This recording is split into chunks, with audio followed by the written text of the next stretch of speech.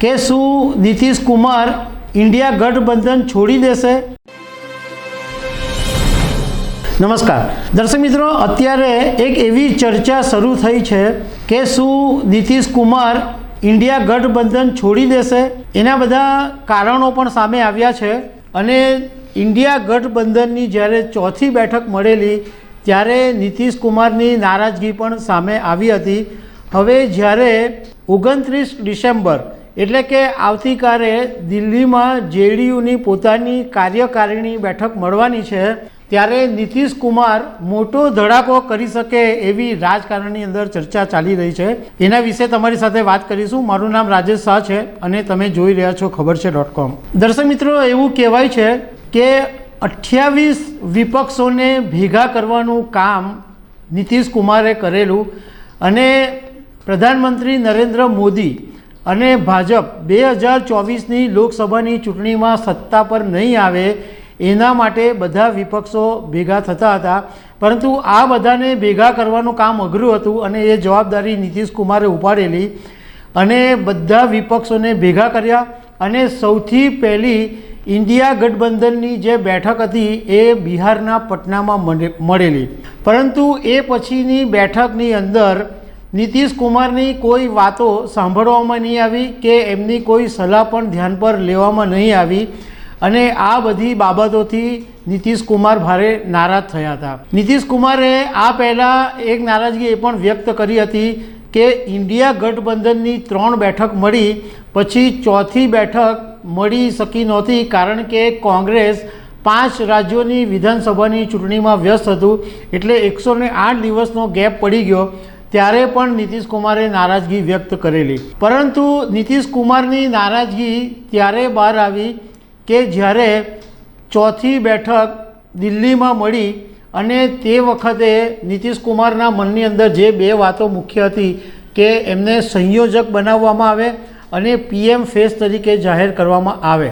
પરંતુ આવું કશું થયું નહીં અને એના બદલે મમતા બેનર્જી અને અરવિંદ કેજરીવાલે એવો દાવ રમી લીધો કે એમણે મલ્લિકાર્જુન ખડગેને PM ફેસ તરીકે જાહેર કરવા જોઈએ એવી દરખાસ્ત મૂકી દીધી.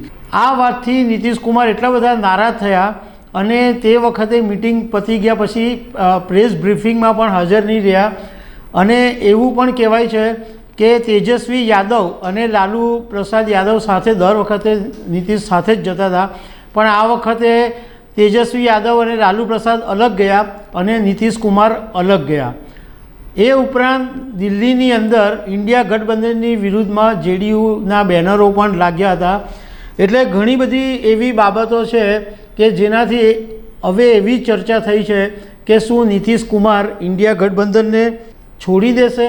બીજું કે નીતિશ કુમાર અને આરજેડીનું જે બિહારની અંદર ગઠબંધન છે એમાં પણ ગડબડ ચાલી રહી છે એવું જાણકારો કહે છે કારણ કે છેલ્લા કેટલાક સમયથી તેજસ્વી યાદવ અને નીતિશ કુમાર એક મંચ પર સાથે દેખાયા નથી અને લાલુ પ્રસાદ યાદવ જે વારંવાર નીતિશ કુમારના ઘરે પહોંચી જતા હતા એ પણ હમણાં છેલ્લા કેટલાક સમયથી બધું બંધ થઈ ગયું છે. આ બધા કારણોને લીધે એવું માનવામાં આવી રહ્યું છે કે નીતિશ કુમાર 29મી તારીખે ધડાકો કરી શકે. એ ઉપરાંત બીજા મહત્ત્વના કારણો પણ છે. એક કારણ એ છે કે બિહારની અંદર આરજેડી અને જેડીયુના ગઠબંધનને કારણે હવે લોકસભાની જે બેઠકોની વહેંચણી થશે એમાં જેડીયુને નુકસાન થાય અને જેડીયુ એને ઓછી બેઠકો મળે કારણ કે આરજેડીને પણ લોકસભાની ટિકિટો આપવી પડે. હવે એવા સંજોગોની અંદર જો જેડીયુને લોકસભાની ઓછી બેઠક મળે તો ભવિષ્યમાં પાર્ટી પૂરેપૂરી તૂટી જાય એવી સંભાવના છે. બીજી એક સંભાવના એવું પણ છે અને નીતિશને અંદરખાને એવો ડર પણ છે કે ભાજપનું જે ઓપરેશન લોટસ છે એ જેડીયુમાં 2 ફાળચા પાડી શકે અને પાર્ટીને તોડી નાખી શકે. એવા સંજોગોની અંદર નીતિશ કુમાર પાસે પછી NDAમાં જવા સિવાય વિકલ્પ બચતો નથી. ત્રીજો એક મુદ્દો એ છે કે નીતિશ કુમારની જે કોર કમિટી છે, જે સિનિયર નેતાઓ છે એ નીતિશ કુમાર પર સતત એવું દબાણ વધારી રહ્યા છે કે એમણે NDAની સાથે જ ચૂંટણી લડવી જોઈએ. ભાજપના દિગ્ગજ નેતા અમિત શાહ અને પ્રધાનમંત્રી નરેન્દ્ર મોદી સાથે રહેવું જોઈએ એવું જેડીયુના નેતાઓ પોતે માની રહ્યા છે. બીજું એક કારણ એ છે કે ભાજપે જેડીયુ કોટાની જે 17 બેઠકો છે બિહારની અંદર લોકસભાની એને હજુ ખુલ્લી રાખી છે, કારણ કે ભાજપને એવી આશા છે કે નીતિશ કુમાર ઇન્ડિયા ગઠબંધન તોડીને એનડીએમાં આવશે તો એમને 17 બેઠકો આપવી પડશે, તો એ 17 બેઠકો પણ અત્યારે ખાલી રાખવામાં આવી છે. રાજકારણના જાણકારોનું કહેવું છે કે નીતિશ કુમારની એવી ફિતરત રહી છે, એમની એવી ઇમેજ છે કે જ્યારે ત્યારે પલટી મારી શકે છે અને એમણે એમની રાજકીય કારકિર્દીની અંદર અનેક વખત પલટી મારી છે અને એ પલટી મારવા માટે એમની પાસે પહેલેથી બહાના તૈયાર જ હોય છે.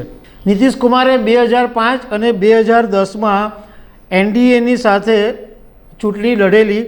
2014ની લોકસભાની ચૂંટણી જેડીયુએ એકલા હાથે લડી.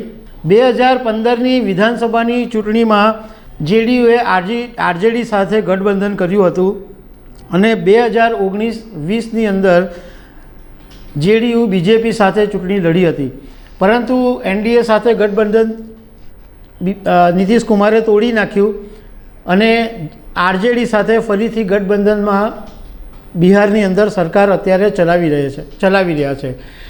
પરંતુ બિહારમાં પણ અત્યારે નીતિશ કુમારને પ્રોબ્લેમ થઈ રહ્યો છે.